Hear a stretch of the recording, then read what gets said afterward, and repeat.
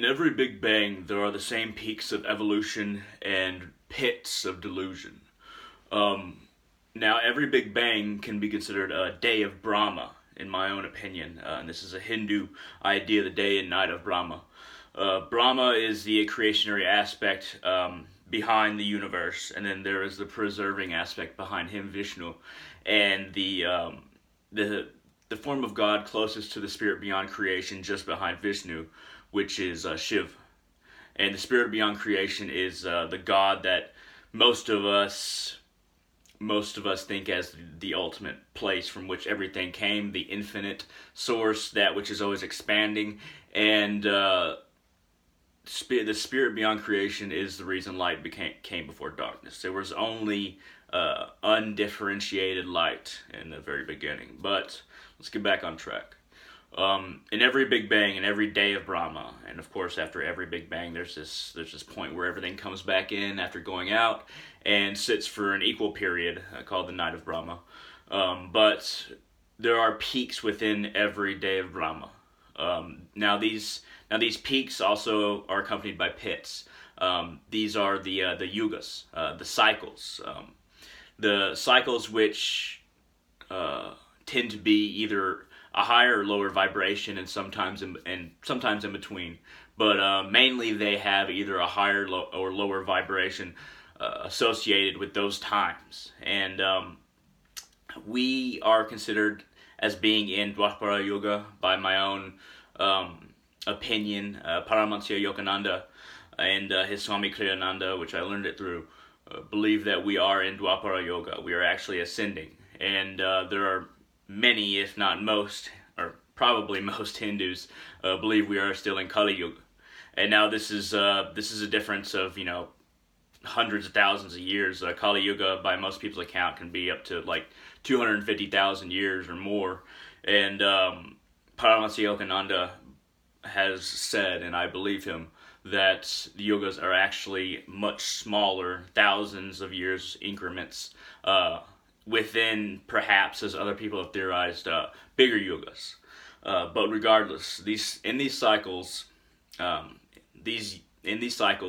the yugas have increasing vibrational average, or a decreasing vibrational average, meaning that most people at the time will either have a high vibration or low vibration, which basically means that you'll either be more inclined to seek universal liberation, not only for yourself, but also for other people, other beings, other life forms that you can communicate with. Earth being the main one that we're concerned with, obviously. Now, those are the higher vibrational yugas. The lower vibrational yugas are filled with the average person, the average being who can think, who can make actions, who isn't just driven by survival completely. It's very hard for an animal to evolve spiritually and get the life of a human or similar beings in order to progress along the spiritual path. But the average in lower vibrational yugas is somebody who is very self-centered, just cares about me and mine, and sometimes just me at its very lowest vibration, and just is not concerned with spiritual liberation, but with sense gratification. That's what lower vibration is. That's what these yugas that are lower vibrational kind of bring with them as far as their influence onto beings. Now, it doesn't mean those beings can't do better, can't evolve past the cycles that they're in. It's just harder. Just like it's much easier to work towards spiritual liberation in the higher vibrational yugas. Now, it's very hard to understand the vast scale to which yugas and cycles are apart. We're talking, first of all, hundreds of years, thousands of years, tens of thousands, hundreds of thousands, eventually millions, billions, and every day of Brahma, I believe, lasts about 4 billion years or more. And every night lasts about the same amount of time. Now, this cannot be proven by me through science. This is just my best guess and I've gotten this information from sources that I credit, but I don't expect you to purely credit it based on my word, and I can't prove it through science, and they do not always try to prove it through science. So keep that in mind. This is just my opinion. This is my best guess, and these are the sources that I regard highly. That doesn't mean that I'm absolutely right or that they're definitely right. This is just my best guess, my opinion. Now, these cycles exist. The yugas exist, the day and night, the days of Brahma, the nights of Brahma, and then the days of Vishnu, nights of Vishnu, days of Shiva, nights of Shiva, which are bigger and bigger increments based on the relation of creationary forces to preservation forces to that which is beyond creation forces. The cycles exist for those pieces of God, and in Hinduism we believe everything's a part of God. For all the pieces of God who haven't realized God yet, to be given free choice. Now there are cycles, yugas, that introduce certain influences based on the vibration of those yugas. Now these are cycles that help bring the status quo back to neutral and or kind of maintain the ability to act freely, to have free will, to not just immediately know that God exists, and also not immediately turn to the sense gratifications that exist in lower vibration yugas. Basically, the whole system supports two things: free choice, like I said, and also encourages you to become liberated from these cycles.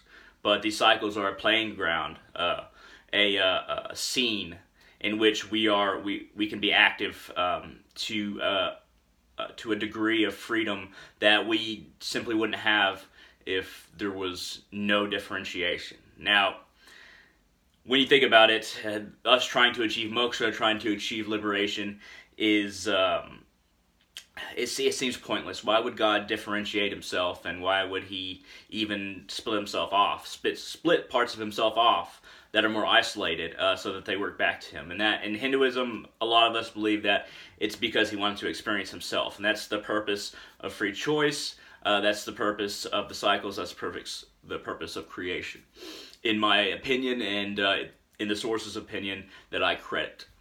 Now, if you want to learn more about the yugas, about the cycles, I would highly recommend reading this book. This is a book by Self-Realization Fellowship, and that is Paramahansa foundation that he created while he was still alive. And it's called A World in Transition, Finding Spiritual Security in Times of Change. Now, there are many little bits of this book written by different disciples of Yogananda and Kriyananda, I believe, and Yogananda being the master, of course. And there are some bits that are edited that are by Yogananda. I don't always support the Self-Realization Fellowship and all that they do, because they started off kind of editing him a little too much, as Kriyananda has said. But they're a good organization overall, and they produce wonderful works of both the disciples of Paramahansa Yogananda and Yogananda's words themselves, however edited they are.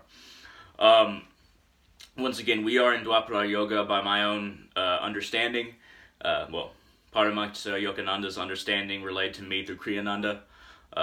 But, most of it is up to interpretation as far as where we are, what cycle we're in. And really, it doesn't really matter what cycle we're in. If you have a desire to liberate yourself spiritually, to liberate yourself from this material world and join with God again in complete union, then that drive can help you master whatever cycle you're in. And that's the purpose of the cycles, the purpose of free choice, and why these systems are supported.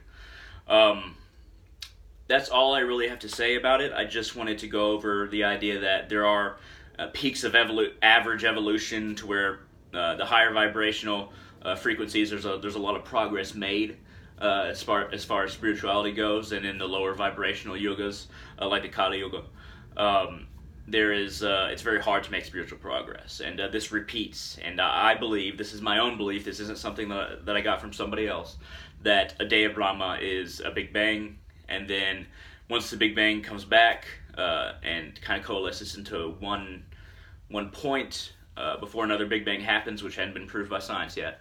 That's a night of Brahma. And I just wanted to relay this information to you if you're interested. If you have any questions or comments, feel free to shoot them down there. I would love a thumbs up if you thought this video was even interesting, even if you don't agree with me. And once again, these are my opinions. I cannot scientifically prove these. So if you want me to scientifically prove them, you're out of luck. And you might want to look elsewhere and not in spirituality, because there is not always the proof that, trust me, that we desire scientifically. But in Hinduism, there's a hell of a lot more science coming out to back Hinduism, and the idea of mantras and creation, and the idea of universality and oneness, and how knowledge interacts with the brain, how meditation increases our intelligence and our mental capacity. There's a lot more science recently coming out, and it's wonderful. You can look it all up yourself. Look up scientific studies of meditation, or scientific studies of the idea of Hindu cycles, these kinds of things, and you can find plenty of that for yourself on Google. But hey, thank you very much for watching. I am Hunter Salazar, and I really hope that you work towards your personal liberation from this current cycle, whatever cycle we might be in. I think we're in Dwapara, and I hope that you help others do the same. So all of you have a wonderful day.